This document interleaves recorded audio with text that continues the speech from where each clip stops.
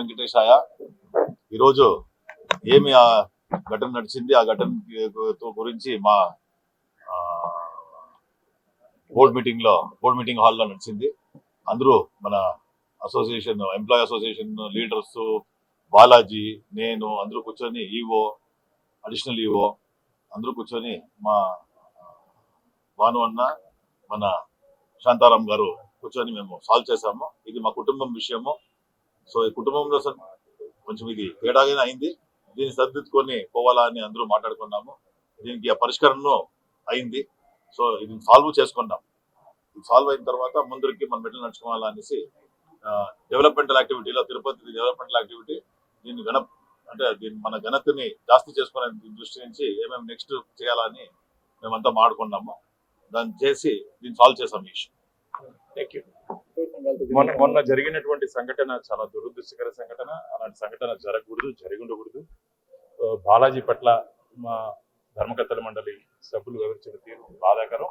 దానికి వారు పశ్చాత్తాపడుతూ ఈరోజు బాలాజీ గారిని కలిసి వ్యక్తిగతంగా చేసింది పొరపాటు అని చెప్పి చెప్పడం జరిగింది. ఉద్యోగ సంఘాలతో మిత్రులందరూ ఉన్నారు దాంట్లో. భవిష్యత్తులో ఇలాంటి చర్యలు పునరావృతం కాకుండా ఖచ్చితంగా, ఎందుకంటే క్షణికావేశం చేసినప్పుడు తప్పది.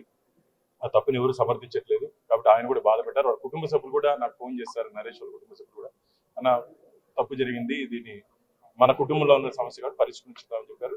ఉద్యోగ సంఘ నాయకులు, బాలాజీ కూడా దీన్ని సానుకూలంగా స్వీకరించి వారు దీనికి ఈ ఎపిసోడ్కి ఇంతటితో ముగించాలని చెప్పి వారు కూడా 10 నిమిషాల్లో వారిని కూడా తెలియజేస్తారు. భవిష్యత్తులో ఏంటి జరగకుండా మేము చూసుకుంటే నేను ఒకటే చెప్తున్నాను, టీటీడీ అనేది ఒక ధార్మిక సంస్థ, ఒక ఆధ్యాత్మిక రాజధాని. ఇలాంటి ఈరోజు నేను 2 సంవత్సరాల కాలం ఉంటుంది నాకు ధర్మకర్తల మండలిగా. ఉద్యోగస్తులు ఒక 40 సంవత్సరాలు పనిచేస్తే ఎప్పటికీ మన సంస్థ ఉంటుంది. కాబట్టి ఆ సంస్థ ప్రతిష్టత కాపాడే దిశగా మనందరం కలిసి ఉండాలని చెప్పి నేను కోరుకోవడం జరిగింది. ఇదంతా ఒక కుటుంబంలో ఒక చిన్న సమస్య వచ్చింది. ఆ సమస్యను మేము పరిష్కరించుకున్నాం. ఒక 3 రోజుల క్రితం టీటీడీ ఉద్యోగి పైన అనుచితంగా ప్రవర్తించినటువంటి బోర్డు మెంబర్ నరేష్ కుమార్ గారు, అది జరగకూడనటువంటి ఒక సంఘటన తిరుమలలో జరిగింది. దీనిపైన ఉద్యోగ సంఘాలుగా మా యొక్క మనోభావాలు దెబ్బతిన్నాయి, మా ఆత్మాభిమానం దెబ్బతిన్నది. అందుకని దానిపైన చర్యలు తీసుకోవాలని చెప్పి మేము బహిరంగంగా క్షమాపణ చెప్పాలి. అదేవిధంగా ఆయన తన సభ్యత్వానికి రాజీనామా చేయాలనేటువంటి ఈ మెయిన్ డిమాండ్తో మేము 2 రోజుల పాటు ఆందోళన నిర్వహించాం.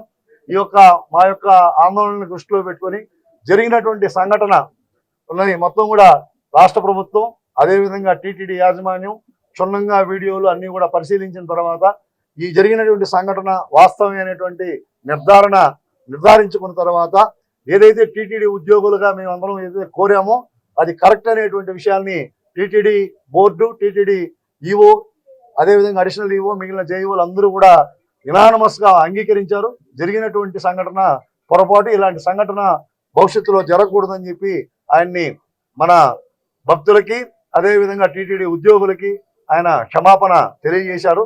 కాబట్టి సంస్థ యొక్క ప్రయోజనాల్ని దృష్టిలో పెట్టుకొని భవిష్యత్తులో ఇలాంటి సంఘటనలు పునరావృతం కాకూడదని చెప్పని మేము గట్టిగా మా అభిప్రాయాన్ని టీటీడీ బోర్డుకి యాజమాన్యానికి తెలియజేశాం. వాళ్ళందరూ కూడా దాంతో ఏకీభవించారు. అదేవిధంగా మిగిలినటువంటి ఉద్యోగుల సమస్యలపైన కూడా టైం బేస్డ్గా ఖచ్చితంగా పరిష్కారం చేయడానికి మేము ప్రయత్నం చేస్తామని చెప్పి వాళ్ళు హామీ ఇచ్చారు. ఈ హామీని మేము దృష్టిలో పెట్టుకొని మా యొక్క ఆందోళనని విరమిస్తున్నాం. అవన్నీ కూడా రిస్టారేషన్ జరుగుతాయి.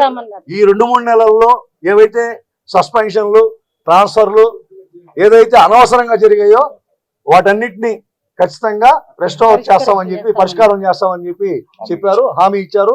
ఆ రకంగా చర్యలు తీసుకుంటామని కూడా వాళ్ళు చెప్పారు. వెంకటేశయ్య, ఇటీవల జరిగిన బోర్డు మెంబర్ మా ఎంప్లాయీని తిట్టడం జరిగింది కదా, దానిపై జరిగిన ఇష్యూస్ లో ఈ రోజు బోర్డు మెంబర్ గారు, ఈవో, అడిషనల్ ఈవో గారు అందరూ పిలిచి అతను మాట్లాడించి బోర్డు మెంబర్ దగ్గర క్షమాపణ చెప్పించారు.